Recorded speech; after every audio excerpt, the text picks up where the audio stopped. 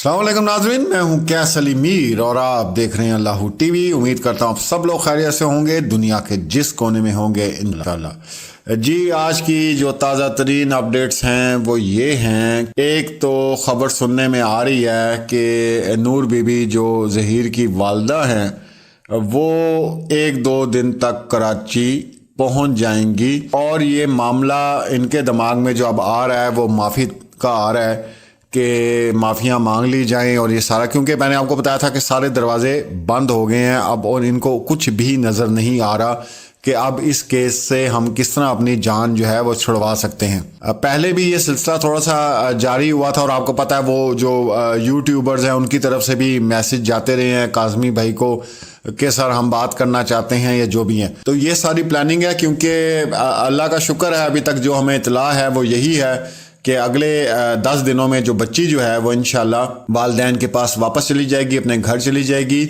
और मेडिकल के हवाले से बहुत सी चीज़ें जो हैं वो भी सामने आ रही हैं। फिर ज़हीर ने आपने देखा कि उसने केस ही अलहदा करवा लिया अपनी वालदा से।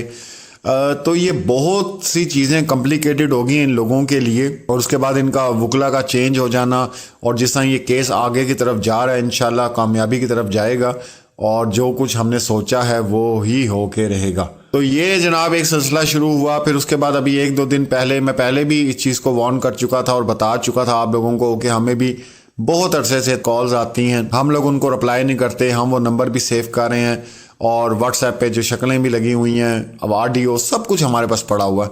तो वो उसके ऊपर देखेंगे। अभी कल बल्कि एक और साफ़ी भाई हैं, उन्होंने इस बात का एतराफ़ कर लिया है कि उनको भी बहुत आए हैं। तो वो भी हम लोगों ने आपस में अब बात की है कि वो सेव रखें सारा कुछ, क्योंकि ये इंशाल्लाह जब केस वाइंड अप होगा तो अगला स्टेप फिर वो उठाएंगे कि माशाल्लाह ये कौन लोग हैं। मेंबर्स भी मौजूद हैं, बहुत सी चीज़ें जो हैं वो इंशाल्लाह मंजर आम पर लेकर आएंगे। बाकी काफ़ी खामोशी हुई है दूसरी साइड से। चलें अच्छी बात है, क्योंकि वो ज़ाहिर बात है गटर का जब ढक्कन खुलेगा तो फिर गालियां देने वाले सारे जमा हो जाते हैं कि भाई गटर का मुंह जो है वो बंद तो करना होता ना, बदबू बर्दाश्त नहीं होती। तो वो अल्लाह का शुक्र है वो बंद ही रहे तो काफ़ी है। उसके बाद अब उनका जो ग्रोथ था 4-5 बंदों का, उसमें से पहले ही 2 बंदे जो है वो मिस हो चुके थे, बाकी ये 4 रह गए थे। तो ये भी जो है वो अब इधर उधर हो गए हैं, क्योंकि उन्हें समझ आ गई है कि केस जो है अब वो अपने हाथ से निकल गया है और अब कोई भी बकवास करेंगे तो ये इनको सवाए गालियों के अब कुछ भी नहीं मिलना। फिर इसके बाद इनके ऊपर जो केसेस हुए हैं यूट्यूबर्स के ऊपर, उनकी डेट्स भी जो है वो करीब आ रही हैं। कोर्ट में पेश होने के जो ऑर्डर्स थे वो भी कब से जारी कर दिए गए हैं, जब हमने इश्तिहारी की खबर दी थी। तो ये अब बहुत दिन करीब हैं, इंशाल्लाह अच्छी जो है वो खबरें आएंगी। और इसके बाद इंशाल्लाह जो हमारा टारगेट है वो यही है। कल मैंने इस्लामाबाद हाई कोर्ट की एक आपको लोगों को रिपोर्ट दी थी कि उसके अंदर भी ये चीज़ हाईलाइट की गई है और कुरान की हवाले से ये बात की गई है सूरह निसा में कि बच्ची को बालिग होने के साथ साथ जो है इतना शऊर भी होना चाहिए कि वो क्या कर रही है। तो इंशाल्लाह बहुत करीब है अपने मकसद में, अल्लाह ताला हम लोगों को ज़रूर कामयाब करेगा। और बाकी तो पाकिस्तान के जो हालात हैं वो आस्ता आस्ता ही ठीक होंगे, चाहे वो सियासी हैं या दूसरे इदारे हैं। लेकिन चले हमारे हिस्से की जो जंग थी या हमारे हिस्से की ये चीज़ थी कि हमने इसमें हिस्सा डालना था और इस काम को रोकना था हमने। तो चलें वो हम काम अपना करके जाएंगे और बड़े सुकून से जो है वो इस दुनिया से रुखसत होंगे कि चलें कोई ये काम तो कर ही गए ना। तो अब जनाब आप लोग क्या कहते हैं सुलह के मुतालिक अपने कमेंट्स में ज़रूर बताइएगा कि माफ़ी देनी चाहिए कि नहीं, क्योंकि आप केस आप भूल जाएं, अब आ जाएं माफ़ी के ऊपर कि इनको माफ़ करना है कि नहीं करना। लाजमी सी बात है कभी भी मेहदी अली काज़मी भाई इनको माफ़ नहीं करेंगे, क्योंकि पूरी दुनिया से जो हैं वो जज्बात जुड़े हुए हैं इस केस में वालदैन के, और सब यही कहते हैं कि सख्त से सख्त और कड़ी से कड़ी सज़ा देनी चाहिए। तो ताज़ा तरीन जो इतलात हैं वो कराची के लिए रवाना हो चुकी हैं या होने वाली हैं अनकरीब, ये आप लोगों को पता चल जाएगा। उसके बाद फयाज रामे भाई ने वीडियो वायरल की, राय खुरम की, और वो जितने आज़ाद हो के आराम से फिर रहे हैं वो भी आप लोगों ने देखा। और सिंध पुलिस का जो कारकर्दगी है वो भी आप लोगों के सामने है। फिर उसके बाद जो सबसे ज़बरदस्त चीज़ है वो ये है कि ग्रोह के जो सबसे बड़े लोग हैं ना जी, जो हैंडल कर रहे हैं, क्योंकि छोटा मोटा केस नहीं है, उसकी वजह ये है कि आप ये देखें کتنا پیسہ لگایا گیا وکیلوں پر اور ہر چیز آپ لوگوں کے سامنے ہے. تو یہ پیسے کہاں سے آئے؟ یہ تو ایک نیا علیحدہ کیس بنتا ہے اور اس کے اوپر جو ہے وہ علیحدہ تحقیقات انشاءاللہ شروع ہوں گی کہ بھائی ان کے پاس پیسے کہاں سے آئے.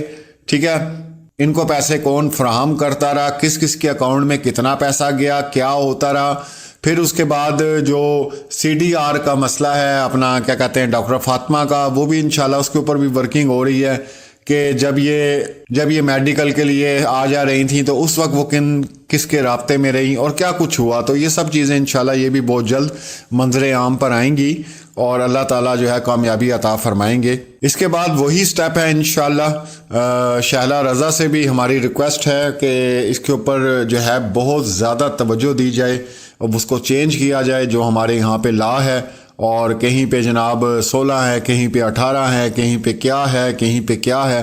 تو اس کا سب سے زیادہ جو فائدہ ہے وہ ملزمان لیتے ہیں، مجرم لوگ لیتے ہیں اور ان کو پتہ ہے کاغذ کا ٹکڑا ہے بس، اب والدین کچھ بھی نہیں کر سکتے. اب آپ یہ دیکھ لیں یہ پوری کہانی جو کھڑی ہوئی ہے ایک جعلی نکاح نامے پہ کھڑی ہوئی ہے اور ایک والد کو کتنی مشکل پڑ رہی ہے اپنی بچی کو واپس لینے میں، صرف ایک کاغذ کا ٹکڑا. تو یہ اس طرح کے بہت سے والدین پاکستان میں بھرے پڑے ہیں جو کچھ بھی نہیں کر سکتے. عدالتوں کو بھی سوچنا چاہیے، جج صاحبان کو بھی سوچنا چاہیے، سسٹم کو سوچنا چاہیے کہ یہ آخر کام کب ختم ہوگا.